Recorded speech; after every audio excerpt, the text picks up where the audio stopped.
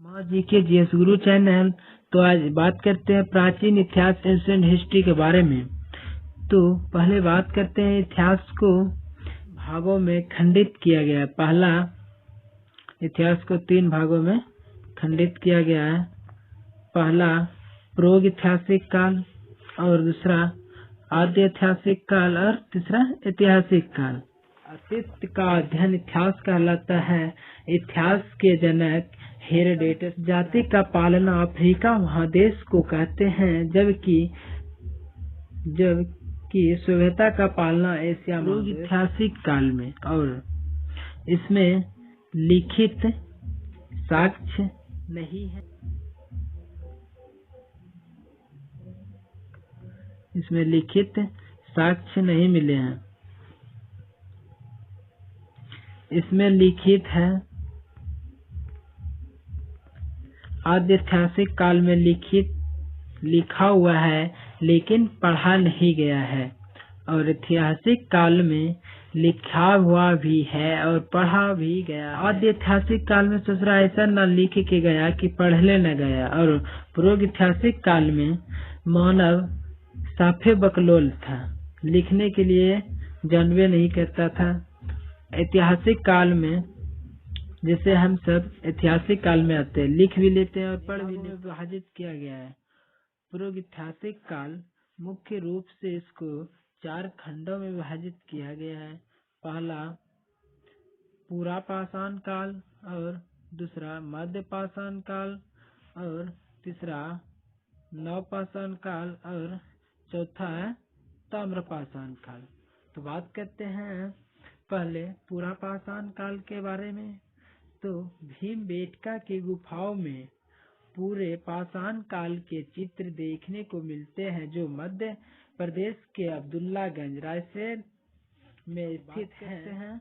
मध्य पाषाण काल पर मध्य पाषाण काल 12,000 ईसा पूर्व से 10,000 ईसा पूर्व तक। और इस काल के बारे में सर्वप्रथम जानकारी करसाइले ने 1867 ईस्वी में दिया। यह पूरा पाषाण काल के बाद का काल था। इस समय मानव के हथियार छोटे आकार के थे, इसलिए इन्हें माइक्रोलिथ कहते थे। इस समय के मानव की सबसे प्रमुख कार्य अंत्योष्टि अंतिम संस्कार कार्यक्रम था।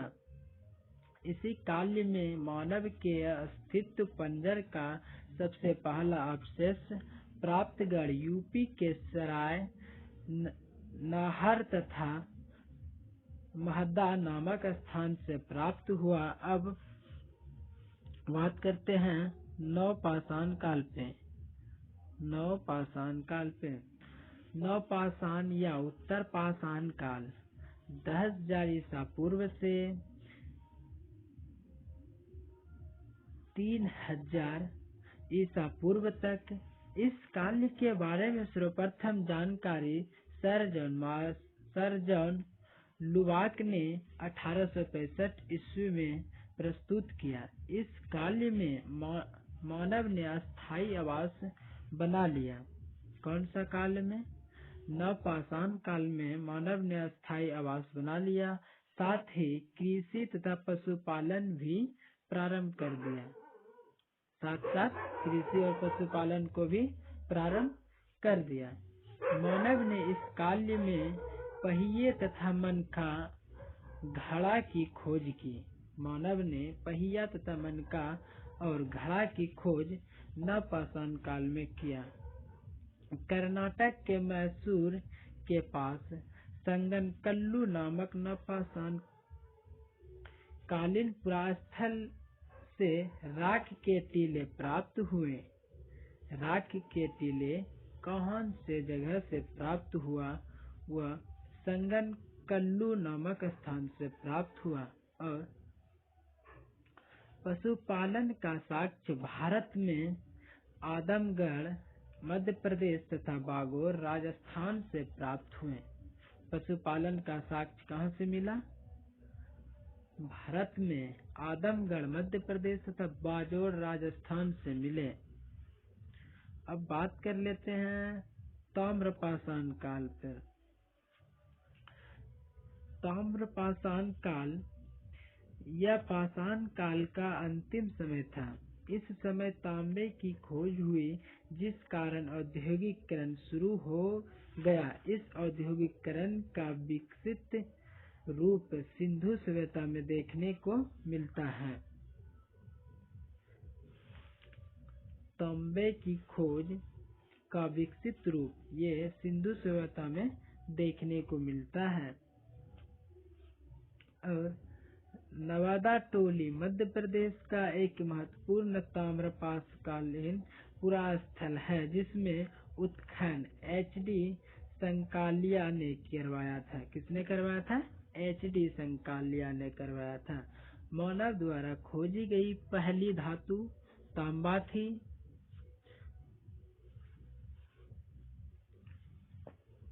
और ये नवपाषाण काल में मेहरगढ़ एक जगह था।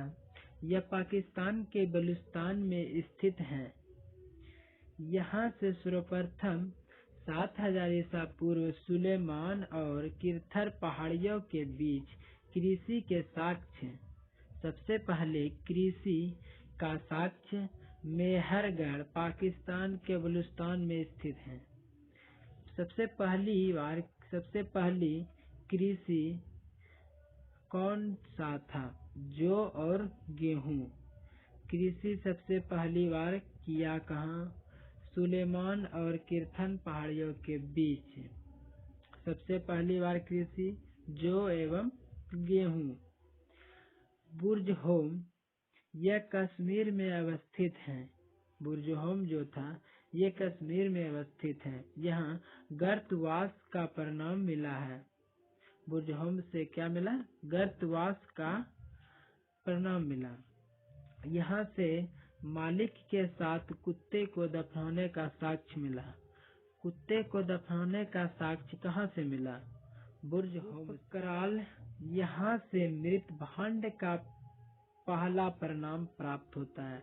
मृत भांड का पहला परिणाम गुफकराल से होता है। कहाँ से होता है? गुफकराल से होता है। कोल्डी हवा यह उत्तर प्रदेश के बेलन घाटी में स्थित है। यहाँ पर चावल का प्राचीनतम साक्ष्य 6000 ईसा पूर्व में मिला। चावल का साक्ष्य कहाँ से मिला? तो कोल्डी हवा उत्तर प्रदेश के बेलन घाटी में स्थित है। अब बात करते चिरांद। यह बिहार के सारण जिले में स्थित है। यहाँ से प्रचुर मात्रा में हड्डी के उपकरण प्राप्त हुए हैं। हड्डी के उपकरण प्राप्त कहाँ से हुए हैं? सारण जिले में स्थित है। चिरांद या बिहार के सारण जिले में स्थित है। यहाँ से प्रचुर मात्रा में हड्डी का उपकरण प्राप्त हुआ है। अब बात करते हैं लोहराद।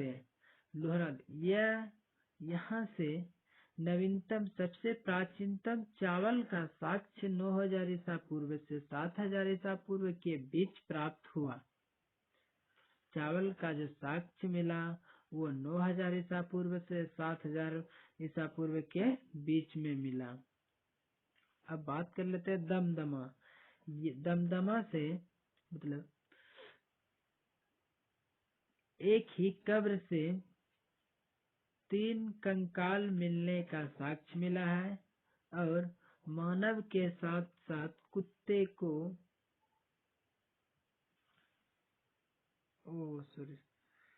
यहाँ एक ही कब्र से 3 मानव कंकाल मिले हैं। एक ही कब्र में 3 मानव को दफन किया हुआ मिला है। और दमदमा से ही मानव द्वारा पाला गया पहला पशु था, जो कुत्ता था। कहाँ से मिला है? दमदमा। बात कर लेते हैं किस पर? ये वाला हो गया क्लियर। अब बात कर लेते हैं आदि ऐतिहासिक काल को मुख्य रूप से 3 भागों में खंडित किया गया। पहला है सिंधु सभ्यता, और दूसरा कांसा, तीसरा क्या है? हड़प्पा। तो सिंधु सभ्यता ये सभ्यता सिंधु नदी के तट पर मिली थी। सिंधु सभ्यता ये सिंधु नदी के तट पर मिली थी, इसलिए इसे सिंधु सभ्यता कहते हैं। इसकी जानकारी के लिए पहली खुदाई हड़प्पा से हुई थी, अतः इसे हड़प्पा सभ्यता भी कहते हैं। सिंधु सभ्यता की जानकारी चार्ल्स मेसन ने 1826 ईस्वी में दिया और सिंधु सभ्यता सर्वेक्षण जेम्स कनिंघम ने 1853 ईस्वी में किया। सिंधु सभ्यता 13 लाख वर्ग किलोमीटर में फैली हुई है और लॉर्ड कर्जन ने 1904 ईस्वी में पुरातत्व विभाग की स्थापना किया था, जिसके महानिदेशक सर जॉन मार्शल थे और सिंधु सभ्यता का नामकरण जॉन मार्शल ने किया था। और सिंधु सभ्यता की पहली खुदाई दयाराम साहनी ने त्रिभुजाकार आकार में है और सिंधु सभ्यता विश्व की सबसे पहली शहरी सभ्यता थी। इसका विकास 2500 ईसा पूर्व से 1750